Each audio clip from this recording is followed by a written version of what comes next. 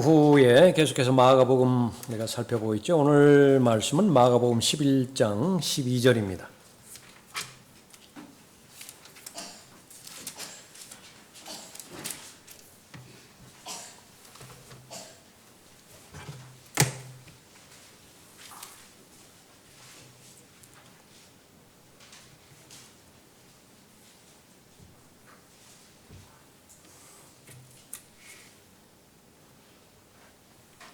마가복음 11장 12절부터 14절까지 받들겠습니다.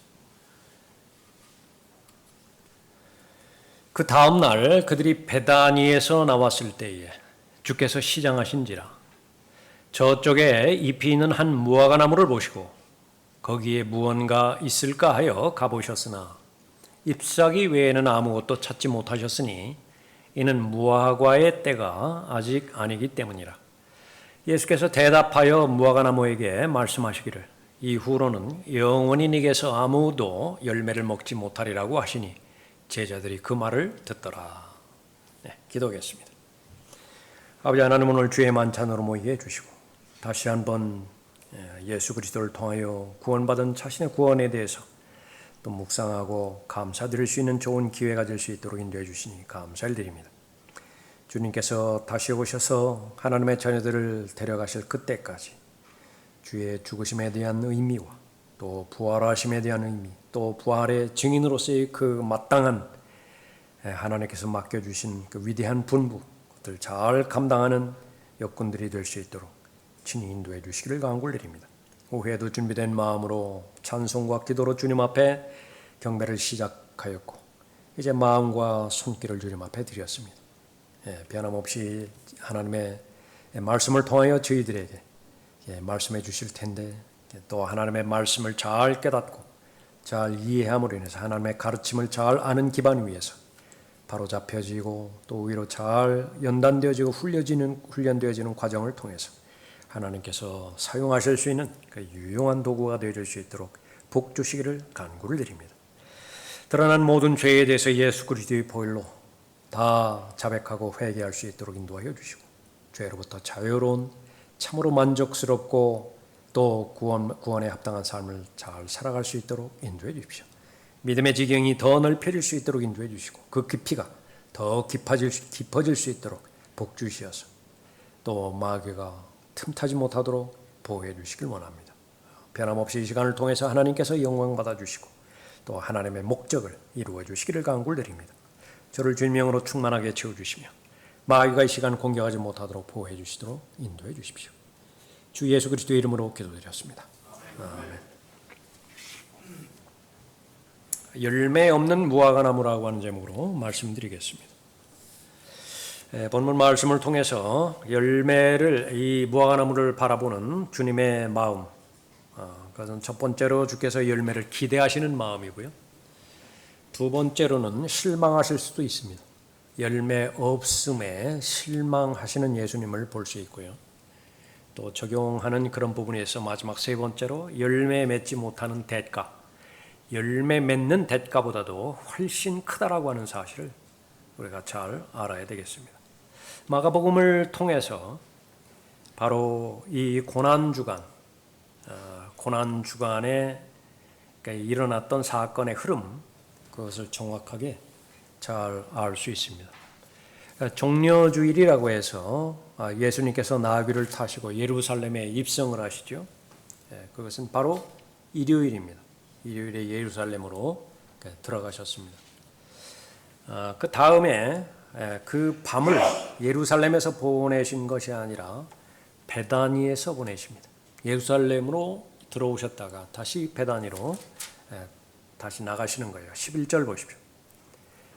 예수께서 예루살렘에 들어오셔서 성전으로 들어가 모든 것을 둘러보시고, 그러니까 예루살렘에 성전이 있죠. 성전을 둘러보시고 나니 저녁 때가 된지라. 그러니까 주께서 열둘과 함께 베다니로 가시더라. 그래서 일요일 저녁에 예루살렘을 떠나시는 것입니다. 그 다음날 월요일이 됐겠죠. 월요일에 다시 예루살렘으로 들어오십니다. 12절입니다. 그 다음날 일요일 다음날 월요일에 그들이 베다니에서 나왔을 때 주께서 시장하신지라 말씀하고 있습니다. 그 돌아오시는 중에 이제 무화과 나무를 저주를 하십니다. 14절에서 이후로는 영원히 내게서 아무 열매를 먹지 못하리니 그렇게 말씀하시죠. 그러니까 무화과 나무를 저주하는 것이 바로 일요일 다음인 그 월요일이었다 그렇게 말씀하십니다.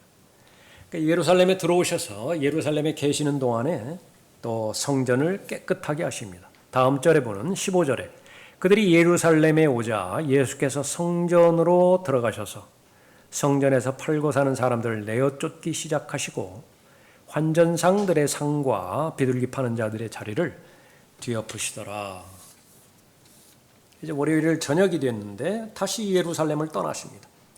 19절에 보면 저녁이 되자 주께서 성읍 밖으로 나가시더라. 그러니까 다시 이제 예루살렘을 떠나시는 것이죠.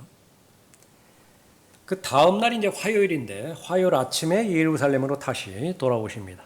20절에 아침에 그들이 지나갈 때 그 무화과 나무가 뿌리로부터 말라버린 것을 보고 그래서 그 화요일에 이제 예루살렘으로 다시 돌아온 것을 볼 수 있습니다. 그 이후로 마가복음 11장 전체하고 12장 전체, 13장 전체 그것은 화요일에 일어난 사건들입니다. 12장, 13장 전체 14장 보십시오. 14장 1절에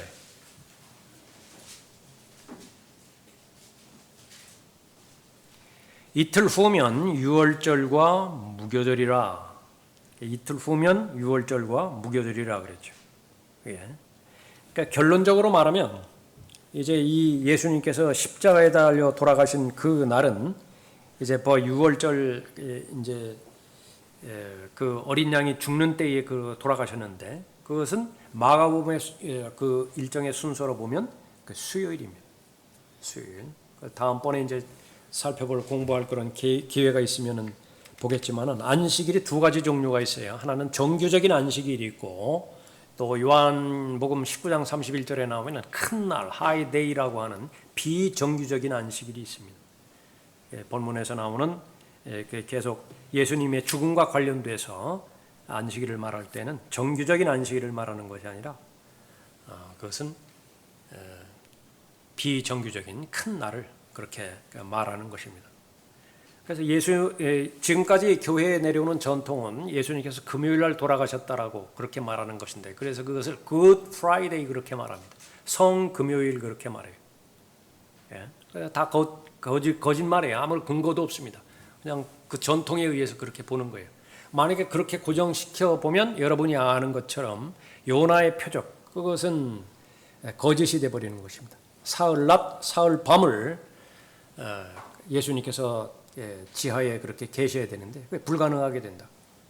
그래서 예수님은 언제 돌아가셨는가? 그 수요일에 그렇게 돌아가신 것을 볼 수 있습니다. 그러니까 그 부분을 잘 제시해 주는 것이 마가복음 11장 본문부터 시작해서 또 14장을 거쳐서 또 15장까지 그렇게 잘 나와 있는 그런 부분이고요.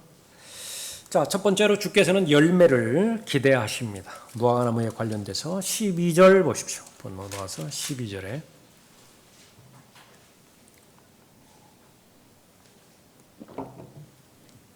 그 다음 날 그들이 베다니에서 나왔을 때에 주께서 시장하신지라 저쪽에 있는 한 무화과나무를 보시고 거기에 무언가 있을까 하여 가보셨으나 기대하신 것이죠. 예수님의 신성을 여기서는 사용하지 않으시고 인성만 사용하셨습니다. 그래서 이 인성 가운데서 수많은 성경에서 기록된 역설이 나와 있죠. 지난 시간에도 잠깐 살펴봤지만 창조주 하나님이기 때문에 모든 것의 소유주예요. 만주의 주이십니다. 그럼에도 불구하고 자기가 누렸던 것은 아무것도 없어요. 심지어 자기 무덤조차 없었던 분입니다. 주무실 곳조차 없었던 분입니다. 그래서 이따금씩 산에 가셔서 산에서 그냥 텐트도 없이 그냥 밤을 보내셨던 그런 분이죠. 그런데 성경에서는 예수 그리스도보다 더 부요하신 분이 없다고 선언하십니다. 그분이 가장 가장 밑으로 내려오셔서 가장 가난하게 되셨어요. 그 목적은 하나님 보시기에 가장 가난한 자들, 길 잃어버린 자들이죠. 구원받은 자들이죠. 무엇 하나 가치 있는 것이 없어요. 소유 가운데서. 그런 자들에게 예수 그리스도를 선물로 주심으로 인해서 가장 부유하게 만드신 분이에요. 그분이 지금 많은 경우에 있어서 자신의 신성을 사용하지 않고 바로 사람으로 오신 예수님으로서 기대를 하고 무화과나무에 그렇게 갔던 것입니다. 자, 이 부분과 관련되어서 병행해서 우리가 찾아볼 구절이 있는데 누가복음 13장 보십시오. 누가복음 13장.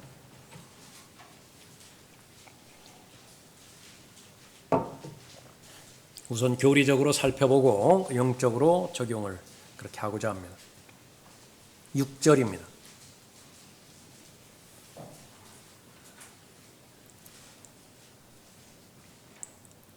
주께서는 또 이런 비유를 말씀하시더라. 어떤 사람이 예수 그리스도를 말합니다. 자기 포도원에 팔레스타인 땅에 무화과나무 한 그루를 심은 후에 이스라엘입니다.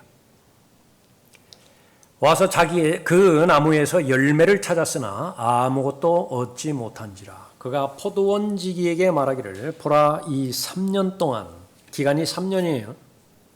3년 동안 내가 와서 이 무화과나무에서 열매를 찾으나 기대를 하고 목적을 두고 심은 것이 분명한데 그 때가 찼음에도 불구하고 지났음에도 불구하고 열매가 발견이 안 돼요. 얻지 못하니 잘라버리라. 어찌하여 쓸데없이 땅만 버리느냐고 하니 그 포도원지기가 주인에게 대답하여 말하기를 주여 금년만 그대로 주소 1년의 유효기간을 더 허락해 주십시오. 3년이 지났죠? 1년을 더 유보해 주십시오. 해야 될 일은 그러면 내가 그 주위를 파고 거름을 주리이다. 만일 열매를 맺으면 좋거니와 맺지 아니하면 그때는 그죠? 금년이 지나서까지 열매를 맺지 않으면 다시 말하면 4년이 지난 거예요. 그럼 잘라버리십시오. 그때는.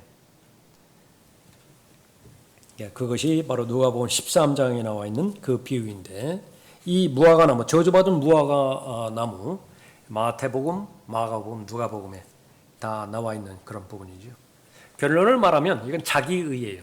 무화과나무는 자기의를 말하는 것입니다.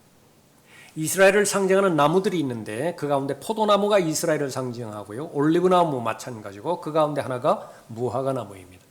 창세기 3장에서 첫 번째 사람이 하나님 앞에 범죄했을 때에 자기 벌거벗은 그 수치 부끄러움을 가리죠.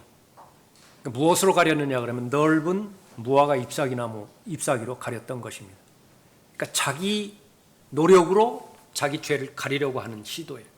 그러니까 그것이 일관되게 무화과나무, 그것은 바로 자기 의를 상징하는 것이다. 자기 의는 무엇이냐 그러면 알맹이가 없어요. 이 나무처럼 열매는 존재하지 않아요. 그런데 잎사귀는 무성하다. 그래서 겉에서 보면 저 정도 잎사귀라고 한다면 틀림없이 열매가 주렁주렁 달렸겠다.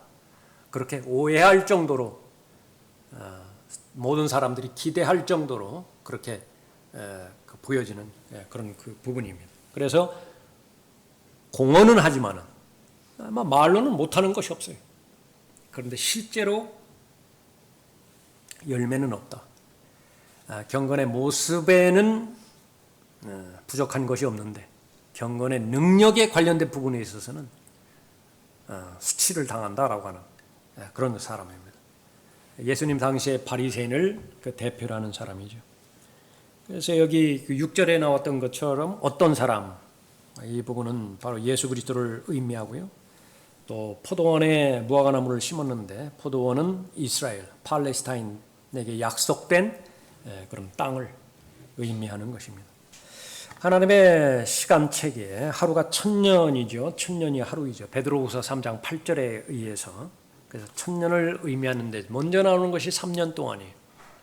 이 3년 동안 기대하는 것이 있는데 그것은 아담으로부터 솔로몬 때입니다. 그래서 연도를 기억할 때 우리가 구분할 때 그 크게 BC 1000년에 해당되어지는 것이 솔로몬과 다윗입니다.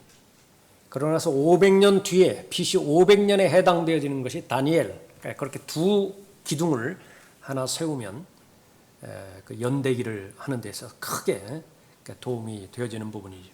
그래서 BC 1000년 그러면은 바로 다윗과 솔로몬인데, 솔로몬의 성전 그것을 바칠 때까지 그것이 바로 3000년에 해당되어지는 부분인데, 하루가 1000년이라고 하는 체제 가운데서 바로 3000년 동안 이스라엘에서 열매를 발견하려고 찾아오셨습니다.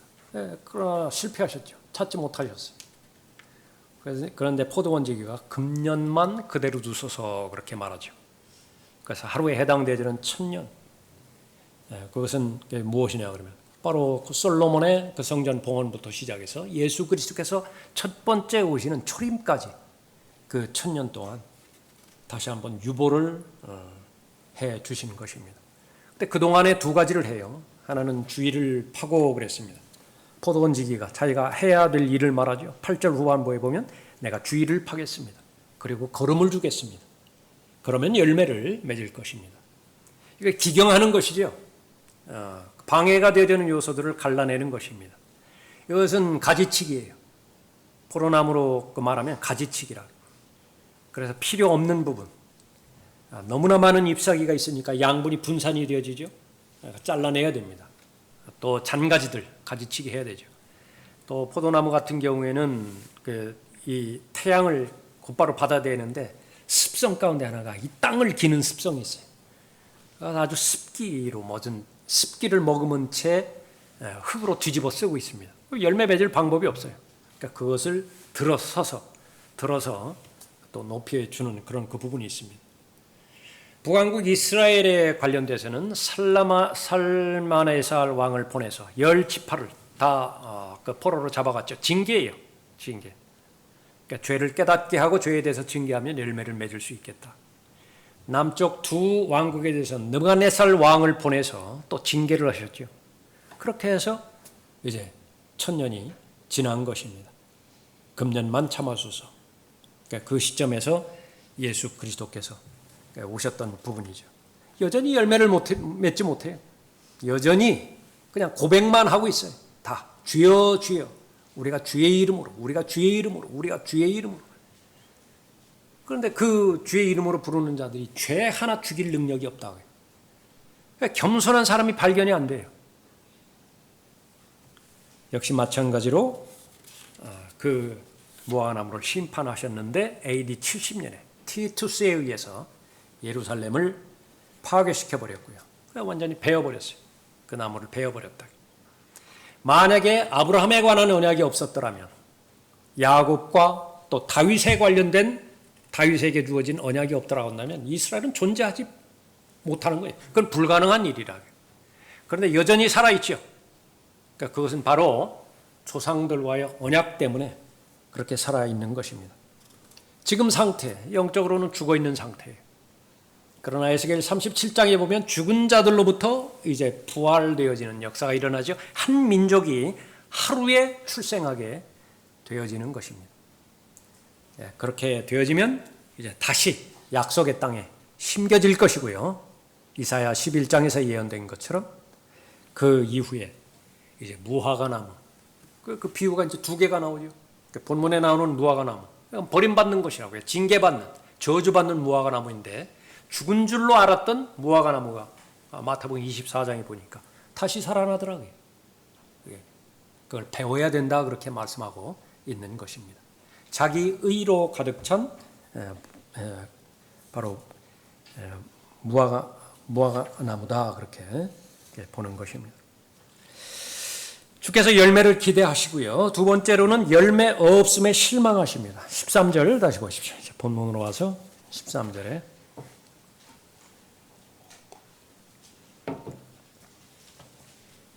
저쪽에 잎이 있는 한 무화과나무를 보시고 거기에 무언가 있을까 하여 가보셨으나 잎사귀 외에는 아무것도 찾지 못하셨으니 이는 무화과의 때가 아직 아니기 때문이라. 무화과가 아직 때가 아니기 때문이라라고 말씀하셨을 때, 무화과는 두 번 열매를 맺기도 하고요. 때로는 3번 열매를 맺기도 합니다. 그러니까 특이해요. 무화과 나무가.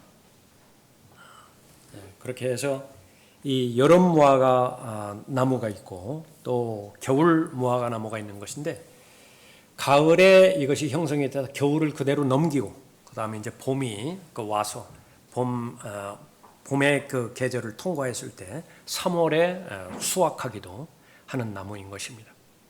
그러니까 어떤 과정이든지 상관없이 이 무화과의 특징은 하나면 잎사귀가 있기 전에 열매를 맺힐 수도 있고요. 잎사귀와 동시에 열매가 맺혀지기도 합니다.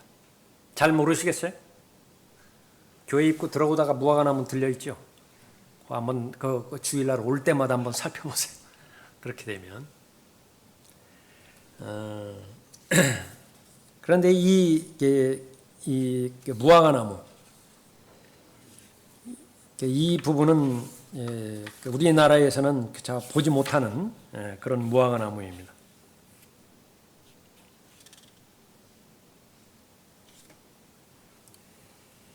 무화과 나무의 높이가 평균 6m에서 9m까지 이르고요. 그 가지는 직경이 보통 9cm 정도. 꽤 굵죠? 9cm. 그렇게 이르게 나무. 가지들이 이제 뻗칠 거 아니겠어요? 그 뻗치는 그 둘레가 대략 평균 9m에 이른다라고 그렇게 말합니다. 그래서 무화과 나무는 큰 나무라. 큰 나무, 거대한 나무라. 우리 주위에서 보는 그런 무화과 나무가 아니다라고 하는 그런 그 부분입니다. 그래서 열매를 기대했지만은 열매를 맺지 못하는 부분에서 예수님께서 실망하신다라고 하는 부분이에요. 여러분에 대해서도 마찬가지입니다. 하나님께서는 여러분을 인격으로 대우시죠.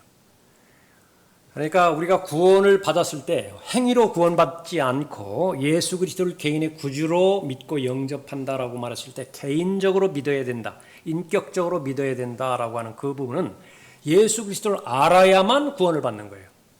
예수 그리스도를 알아야만 하나님에 대해서 더 잘 알아갈 수 있는 것이지, 계속해서 종교 행위들, 반복되어지는 율법을 지키는 종교 행위들을 통해서는 구원이 이루어지지 않는 것입니다. 인격이라고 하는 것은 바로 서로의 마음과 마음이 나누어지는, 또 서로의 마음과 그 마음이 합해지는 그 관계를 말하는 것이죠. 그러니까 내가 예수님에 대해서 사랑한다라고 하면 예수님 자신도 나를 사랑하는 것입니다. 내가 예수님에 대해서 신뢰한다. 그럼 그분께서도 나를 신뢰하고 기대하는 부분이 있어요. 그 기대에 못 미칠 때 실망한다라고 하는 그 부분도 있어야 되는데 받아들일 수 있어야 됩니다. 내가 하나님 앞에 순종하지 못하고 또 영적으로 잘 깨어있지 못해서 하나님 앞에 범죄를 하게 되었다. 범죄하게 되면 마귀에게 틈을 주는 것입니다. 마귀는 우주의 검사죠.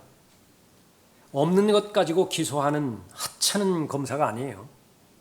반드시 근거가 있습니다. 그 근거를 가지고서 하나님의 법정에 들어와서 고소를 하게 되는 거예요. 내가 사람을 죽였습니다. 죄의 삭은 사망이니까 어떤 죄를 짓든지 그건 죽는 거예요. 누군가를 죽이는 거예요. 죄를 지었다라고 하는 것은 죄의 삭은 사망이라. 사망. 그러니까 무엇으로 죽였느냐? 아주 날카롭고 예리한 칼로 죽였습니다. 그것이 증거물이에요. 자백한다라고 하는 것은 무엇을 말하는 것이냐? 그러니까 내가 그 죄에 대해서 동의하고 그 동의된 죄에 대해서 반복하지 않겠다라고 하는 그 회개의 그 열매를 기대하면서 180도 돌아서는 것을 말하는 것이죠. 마음이 바뀌는 것이고 행동이 바뀌는 것을 말하는 것입니다. 그러면 그 죄를 어떻게 처리를 해요? 그 죄를 누군가가 뒤집어 써야 되는 거예요. 누군가가 뒤집어 써야 된다. 그래서 그 피 묻은 칼을 예수 그리스도 손으로 옮겨 놓을 뻔한 거예요. 그러나 난 모르는 척하는 거예요. 그게 자백이에요. 그러면 예수 그리스도는 그것을 고스란히 가지고 있어야 돼요. 온팡 뒤집어 쓰는 거예요. 예수 그리스도는 시간과 공간을 초월하시는 분이시라. 갈보리 십자가에서 단번에 영원히 구속 사역을 이루었지만은 지금 현재 일어나는 모든 범죄에 대해서 현 시간으로 실시간으로 가져와서 다 처리하는 것입니다. 그것을 믿을 수 있어야 돼요. 현재 자백의 영향이 그렇게까지 미치는 것입니다. 그런데 많은 경우에 자백이라고 말했을 때 자기 슬픔에 빠질 때가 많아요. 죄를 지은 자기가 형편없고 초라해 보이거든요. 감정이나 정서적으로 엉망진창이에요.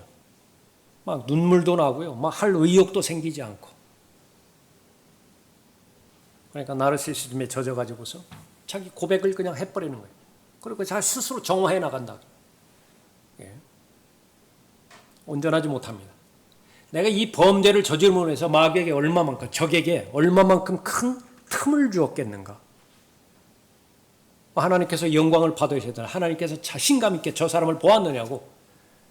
욥을 가리켜서, 요셉을 가리켜서 그렇게 해야 되는데 더 이상 가리키지 못하게 그렇게 만들어 버렸어요. 그 다음에 하나님께서 얼마만큼 실망하시겠는가. 하나님이 무슨 실망을 하시는 것이냐. 정말 그럴까요? 하나님은 실망하지 않으세요? 전지전능하신 분이니까, 완벽하신 분이니까 실망 같은 그런 정서는 없나요? 그렇다면 성경을 잘못 배우신 거죠. 왜 그렇습니까? 성령 하나님은 하나님이에요. 성령께서 슬퍼하실 수 있는 것이 교리입니다. 그러지 말라는 거잖아요. 그러면 도대체 언제 성령께서 슬퍼하시나요? 많은 경우가 있지만 바로 조금 전에 살펴봤던 그런 경우에 성령께서 슬퍼하시는 것이죠. 예수님께서는 여러분에 대해서 기대를 하시고요. 그 기대에 충족이 됐을 때 함께 기뻐하는 것입니다. 서로 칭찬하는 거예요. 서로 칭찬해. 내가 하나님을 칭찬하는 것을 찬양이라 그렇게 말합니다. 하나님께서 나를 칭찬하는 것을 칭찬이라 그렇게 말합니다. 하나님께서 나를 칭찬하는 것을 하나님께서 나를 찬양한다. 그렇게 말할 수는 없잖아요. 그러니까 서로가 칭찬하는 거예요. 하나님께서 나에게 주시는 은혜가 있습니다. 나도 그 은혜를 하나님 앞에 드려요. 내가 하나님께 은혜를 베푼다. 그렇게 말할 수 없으니까 그 은혜에 해당되지는 똑같은 말인 감사라고 표현을 하는 거예요. 하나님께서 나에게 은혜를 주시고 나는 그에 대한 정당한 반응으로 감사를 드리는 것입니다. 그러니까 계속 선순환이 주고받는 것입니다. 교제이고 통합이죠. 하나님께서는 기대하시고 역시 마찬가지로 실패하실 수 있다라고 그렇게 말합니다. 마지막 세 번째, 열매 맺지 못하는 대가, 그것은 값비싸다라고 하는 사실입니다. 14절 보십시오. 예수께서 대답하여 무화과나무에게 말씀하시기를 이후로는 영원히 내게서 아무도 열매를 먹지 못하리라고 하시니 제자들이 그 말을 듣더라. 20절에 보십시오. 아침에 그들이 지나갈 때에 그 무화과나무가 뿌리로부터 말라버리는 것을 보고 베드로가 기억이 나서 주께 말씀드리기를 선생님 보소서, 선생님께서 저주하신 그 무화과나무가 말라버렸나이다라고 하니.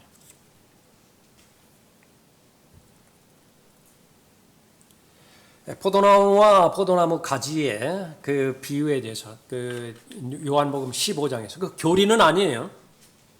십자가 이전에 말씀하신 부분이기 때문에 십자가 이후의 교리로 그래서 가져오지는 못하는 것입니다. 다만 버림받고 쓰임받지 못한다는 그 부분들은 더 이상 구원받은 이후에 하나님의 생명을 가진 하나님의 자녀가 하나님으로부터 더 이상 쓰임받지 못한다라고 그렇게 받아들일 수 있는 것이죠. 역시 마찬가지입니다. 하나님으로부터 쓰임받지 못하는 사람은 어떤 사람이냐? 하나님을 부인하고 고린도후서 4장에서 빛이 있으라 말씀하셨으니까 빛이 있었죠. 그 다음에 그 빛에 의해서 사람들은 사물을 바라볼 수 있습니다. 빛이 없으면 안 돼요. 빛이 두 가지가 있습니다. 태양이 창조되기 이전에 빛이 있었죠. 맞습니까? 처음 들어요? 그리고 나서 태양을 창조를 하셨습니다. 빛이 두 가지가 빛이 두 가지. 태양빛이 없으면 사물을 볼 수가 없습니다. 그러나 그 첫 번째 창조했을 때 빛이 있으면 생각이 멎어버려요. 생각이 불가능해 버려요. 그 실체가 무엇인지는 잘 모릅니다. 예. 그러나 그 빛보다도 더 강력한 빛이 예수 그리스도라고 하는 빛이에요. 참 빛이십니다. 그 빛이 이제 세상 가운데 오셨던 것이죠. 그 태양을 통해서 사물을, 우주 만물을 분별할 수 있듯이 예수 그리스도께서 오셔야만 하나님을 계시할 수 있습니다. 예수 그리스도를 배제하면은요, 그것은 성경에서 말씀하시는 하나님을 알 수가 없게 되는 것입니다. 예수 그리스도를 배제하는데 하나님 믿는 사람들이 있죠. 대표적으로 여호와의 증인들. 예수 그리스도를 예수 그리스도로, 성경에 계시된 예수님으로 받아들이지 않아요. 피조된 신으로 받아들입니다. 그러면서 하나님을 믿어요. 여호와의 증인들이라고 그렇게 말합니다. 그러니까 우상 숭배자들이에요. 그 사람들이 믿는 하나님은 가짜 하나님입니다. 그러니까 예수 그리스도를 믿지 않고 하나님을 믿는다. 그러니까 그런 것은 성경에서는 올바른 믿음이 아닌 것입니다. 마찬가지로 예수님의 생명을 얻고 예수님으로부터 쓰임받지 못하는 그 부분에 대해서 얼마만큼 그것이 가장 커다란 심판이고 징계이고 저주인 것인지 그것을 잘 알지 못한다. 그러면 성경을 거의 모르는 것입니다. 가장 인생의 중요한 부분은 뭐냐 그러면 인정받는 것입니다. 인정받는 것. 죄가 세상에 들어온 다음에 제일 첫 번째 하나님께서 인정하실 것이냐 인정하지 않을 것이냐라는 테스트가 형제간에 벌어졌죠. 아벨과 카인에게 벌어졌습니다. 하나는 하나님께서 인정하셨어요. 하나님께서 받아들이신 거예요. 하나는 안 받아들이셨습니다. 이것이 인생의 본질이에요. 마찬가지라. 우리의 경배가 하나님 앞에 받아들여질 것이냐 그렇지 않을 것이냐. 여러분들도 기도하셔야 되고 저도 계속해서 기도해야 되는 것은 열심히 수고했잖아요. 열심히 노력했잖아요. 열심히 바쳤잖아요. 그 모든 것들이 수고와 희생들이 다 하나님 앞에 연락이 돼야 됩니다. 그러니까 내가 하나님 앞에 기도했을 때 그 기도가 연락이 돼야 되죠. 하나님 앞에 헌금을 바쳤는데 그 헌금이 하나님 앞에 연락이 안 되어지고 그냥 개인적인 관점에서 지역교회에 도움이 되었더라. 아쉽다고요. 아쉽다고. 우리의 반주, 연주, 또 찬양하고 특성하는 그 모든 부분들도 함께 하나님의 사람들에게 마음의 동기가 되어서 하나님 앞에 연락이 되어지는 것이 의미가 있지. 그냥 우리끼리 좋았다. 없는 것보다는 나을 수는 있겠어요. 그러나 얼마나 아쉬워요, 그것이. 하나님 앞에 드려지는 헌신 역시 마찬가지죠. 결국은 받아들여져야 되어지는 것입니다. 그것을 결론적으로 말하는 것이 그리스도의 심판석이에요. 하나님의 존재하심을 믿는 것은 그리스도의 심판석을 믿는 것이고 결산을 대비하는 사람입니다. 꿈과 공상, 꿈이 현실로 나타나는 그런 사람이 있고 계속 공상으로만 남아있는 사람. 한번 꿈을 가졌다고 한다면 지금 현재 이 시간에 무언가가 진행이 되고 있는 사람. 그 사람은 꿈이 현실로 나타나게 돼 있다고요. 그래 계속해서 총론에만 계속 동의한다. 하나님 앞에 영광 돌린다. 하나님 앞에 영광 돌린다. 하나님을 기쁘시게 해드린다. 그 지금 현재 입장에서 그것을 찾아내야 돼요. 근데 아무것도 찾아낼 방법이 없다. 아니에요. 우리 믿음의 본질. 그것은 그리스도의 심판석에서 인정을 받아야 돼요. 그 목적으로 서로가 도와야 됩니다. 내 옆에 있는 형제 지체를 그리스도의 심판석에서 하나님으로부터 예수 그리스도로부터 영광과 칭찬과 존귀를 받게 해야 돼요. 그러니까 진실된 믿음입니다. 그 부분에 대해서 가장 두려워했던 사도 바울이 고백을 한다. 자신의 몸을 쳐서 육신을 쳐서 복종시키고자 하는 그런 목적이 더 이상 쓰임받는 것으로부터 배제될까 봐 그렇게 두려워했던 것이죠. 구원을 잃어버리는 것이 결코 아닌 것이다. 이 제자들은 이제 이 저주받은 무화과 나무를 다 보았습니다. 베드로도 보았죠. 그 가운데 유다 이스카리옷도 봤습니다. 유다 이스카리옷. 잎사귀는 정말로 무성했습니다. 모든 거 다 행해냈어요. 근데 예수님과의 인격적인 관계, 단절이 돼버렸어요. 인격적인 관계가 형성이 안 돼요. 그것은 가장 비참한 것입니다. 찾아오십니다. 무화과 나무가 있다라고 한다면 저쪽에 있는 무화과 나무, 발견하시고 찾아오시죠. 성령께서 내주하고 계시고 필요한 모든 부분들, 그것은 열매를 맺는 데 필요한 모든 부분들입니다. 그것은 물어볼 것도 없습니다. 더 말할 것도 없어요. 그것을 우선적으로 필요를 알게 하시고요.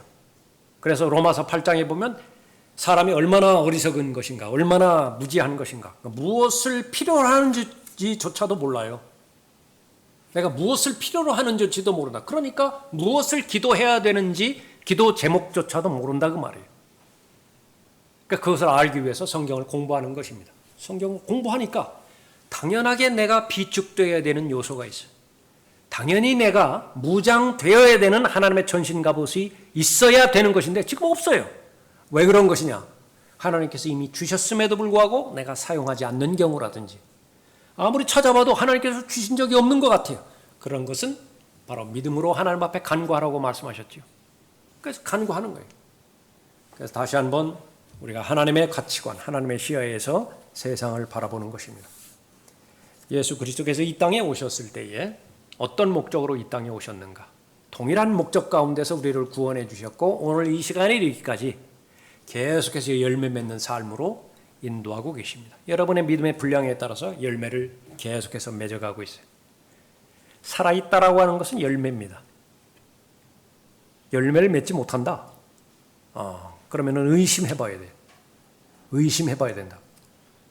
열매 맺는 것은 바로 살아있는 증거를 말하는 것인데 그것은 바로 하나님을 기쁘시게 해드리고 또 하나님께서 섭리 가운데 만나게 해주신 사람들에 대해서 영향력을 그렇게 끼치게 만드는 것입니다.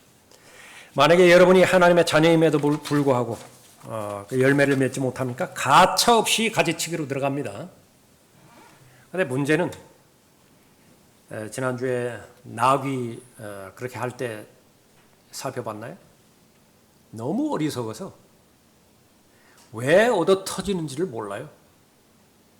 왜 맞는지를 모른다고요. 다른 소나 다른 염소나 양 같은 건 알아요. 기가 막히게 안다 그래요.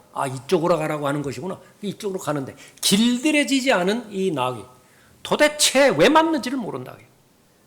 도대체 왜 내 마음이 계속해서 우울하고 도대체 왜 매일매일 살아가는 데 있어서 이렇게 의욕이 없고 여러 가지 걸릴 것이라고요. 다른 사람 계산할 것 없어요. 그렇게 돼서도 안 되고 본인이 생각하라고요.